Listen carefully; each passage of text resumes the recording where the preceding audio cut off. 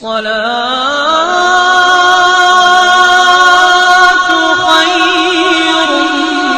من النوم.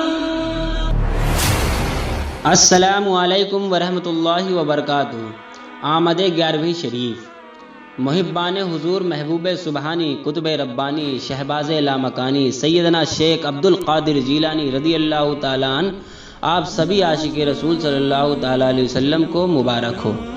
اللہ تعالیٰ اس کے حبیب صلی اللہ تعالیٰ علیہ وسلم کے صدقے میں اور حضرت غوث اعظم شیخ سید عبد القادر جیلانی رضی اللہ تعالیٰ عنہ اور اہل بیت اور اولیاء اللہ کے وسیلے سے سب کو مکمل عشق رسول عطا فرمائے، سب کے ایمان کی حفاظت فرمائے، سب کو نیک عمل کی توفیق عطا فرمائے، اور ہمیں اس بابرکت مہینے کے صدقے ہم تمام کی بے حساب مغفرت فرمائے.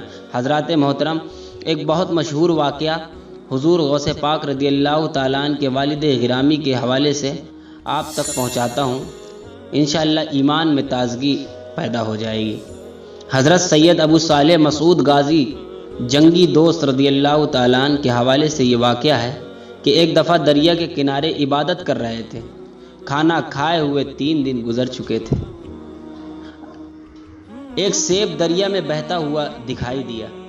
بسم اللہ کہہ کر اسے پکڑ لیا. سیب کھانے کے بعد دل نے آواز دی، اے صالح، معلوم نہیں اس سیب کا مالک کون ہے؟ تو نے بغیر اجازت اسے کھا کر امانت میں خیانت کی ہے. یہ خیال آتے ہی کپڑے جھاڑ کر اٹھ کھڑے ہوئے اور دریا کے کنارے کنارے پانی کے بہاؤ کے مخالف سمت سیب کے مالک کی تلاش میں چل دیے. کئی دن کے سفر کے بعد آپ کو دریا کی ایک وسیع باغ نظر آیا. اس میں سیب کا ایک تناؤ دار درخت تھا جس کی شاخاؤں سے پکے ہوئے سیب پانی میں گر رہے تھے. سید ابو صالح رضی اللہ تعالیٰ عنہ کے دل میں یہ خیال آیا کہ شاید ہو نہ ہو یہ باغ کا سیب وہی ہے جو میں نے کھایا تھا. اس باغ میں داخل ہو گئے اور داخل ہونے کے بعد اس باغ کے مالک سے کہنے لگے کہ اے باغ کے مالک، آپ کا سیب دریا میں بہہ رہا تھا، میں نے اسے بغیر اجازت کیا آپ کا سیب کھا لیا ہے، مجھے معاف کر دیجیے. حضرات محترم، یہ اللہ کے ولی ہیں جن کا اخلاق اور جن کی سیرت اور جن کی اچھائی یہ تھی کہ بلا اجازت کسی کی چیز کو چھوتے نہیں تھے. یہ واقعہ سیرت غوث اعظم صفحہ نمبر 16 اور 17 میں بھی موجود ہے.